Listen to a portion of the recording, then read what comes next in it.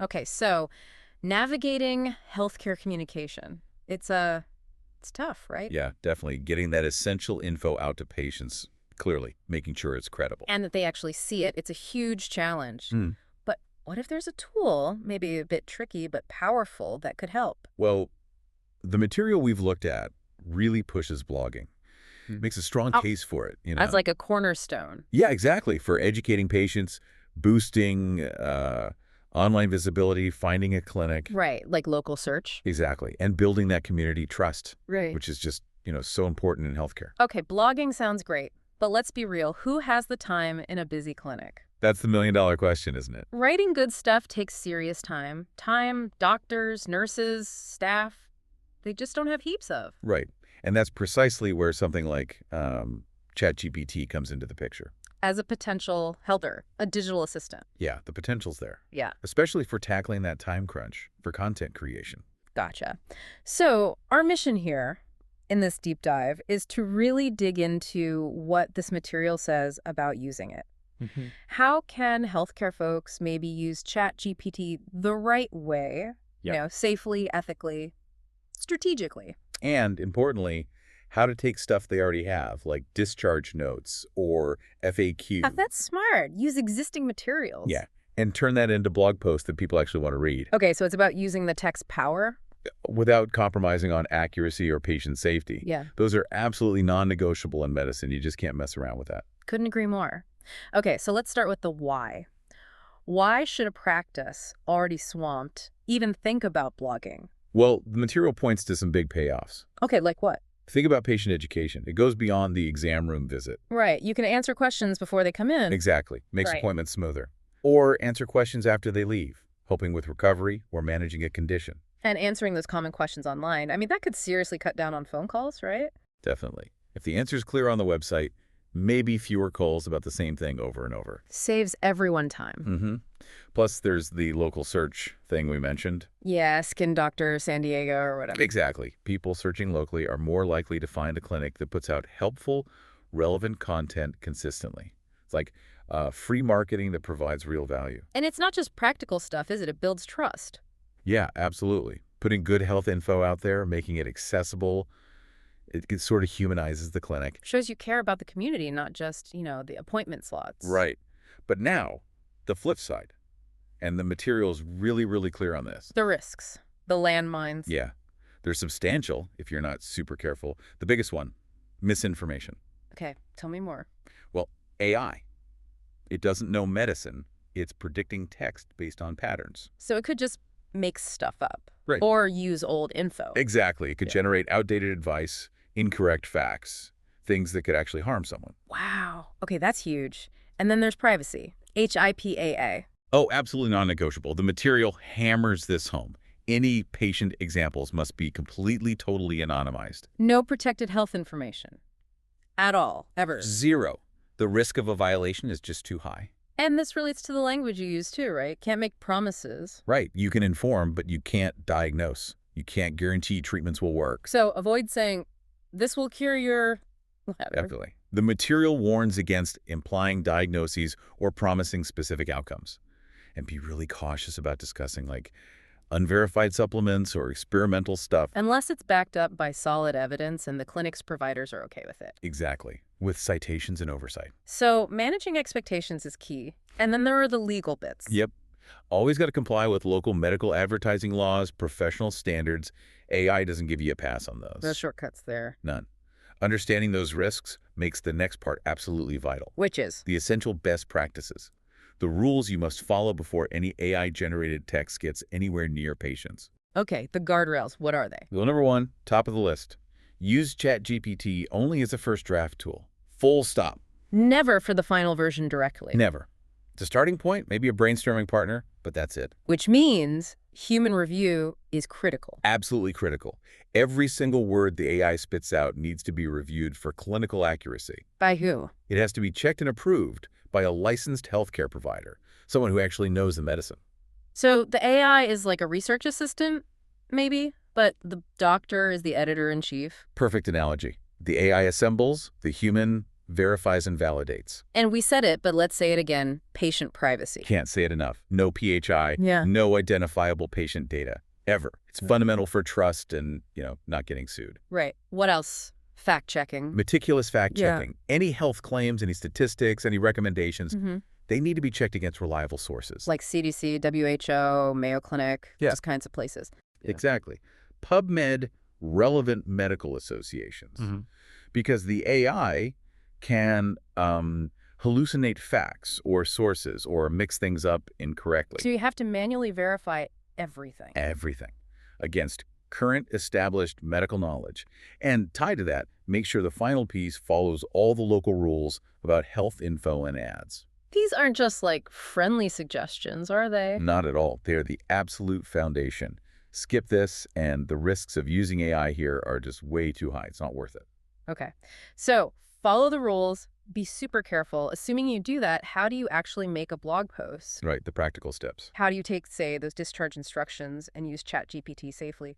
The material gives a process. Yeah, and step one is actually pretty clever because it's simple. Start with real stuff you already have. Don't just ask it for random blog ideas. Right, don't ask it to invent topics out of thin air. Ask it to work with information you already know is sound and relevant to your patients. That makes a ton of sense. You're grounding it in reality. What are some examples? Okay, so take standard discharge instructions for, gallbladder surgery. Okay. You feed that text to the AI and ask it to turn it into, say, 5 things you need to know after your gallbladder surgery. Patient-friendly language. Or those questions the front desk gets all the time. Perfect. Turn those into what really happens during a well-woman visit, your questions answered. What about doctor's notes? Obviously anonymized. Yep, anonymized insights. Could become something like, why do we ask about your family history? It matters more than you think. Explaining the rationale. Call center question. Do I need an appointment for a flu shot? What our clinic recommends. Straightforward answers. Even patient reviews. Yeah, trends from reviews. Could inspire posts like, what patients appreciate about our urgent care? Quick, compassionate service. And the material even gives a prompt template, right? Yeah, it suggests a structure like, paste the source text here into an, say, 800-word patient-friendly blog post. Title idea, suggest one, use a maybe reassuring tone, and avoid list-specific medical jargon. So you're giving it clear instructions based on your own content. Exactly. It keeps the AI focused. Which leads to step 2, using clear and safe prompts. How you ask matters. Hugely. A good prompt guides the AI carefully and includes safety limits. Like the example, write a blog post for a pediatric clinic about a child's first allergy test. Use simple, warm language, avoid giving specific medical advice, and add an FAQ section. See that key phrase, avoid giving specific medical advice. That's crucial. Because a poor prompt would be something like, give detailed advice on treating childhood asthma. why is that bad? Seems direct. It's bad because it asks the AI to play doctor, to give specific medical recommendations, which it's absolutely not qualified to do. That could be dangerous. Got it. So the content should inform, but always point back to talking with their own doctor. Always. The material stresses that. Always direct patients to consult their physician for personal advice. Okay, so good source material, safe prompts. What's step 3? Step 3 is the big one. The mandatory check. Fact check and edit the output. This is where the human expert comes back in forcefully. Absolutely. The AI draft is just raw material. You have to verify everything. Like what specifically? Are the procedures up to date? Are the recommendations current with clinical guidelines? Are the facts actually, factual, based on reliable sources? Does any language accidentally sound like a diagnosis or promise a certain outcome? No guarantees. No guarantees. And you double check against those trusted sources, CDC, Mayo, PubMed, all those. This step cannot be skipped, period. Okay. Then step 4. Step 4, customize it. Make it yours. Don't just publish the generic AI draft. Add the clinic's personality. Exactly. Mention your specific location, the services you actually offer. Maybe include some anonymized patient stories. Yeah. Carefully adapted, of course. Yeah, if done right, that can add a human touch.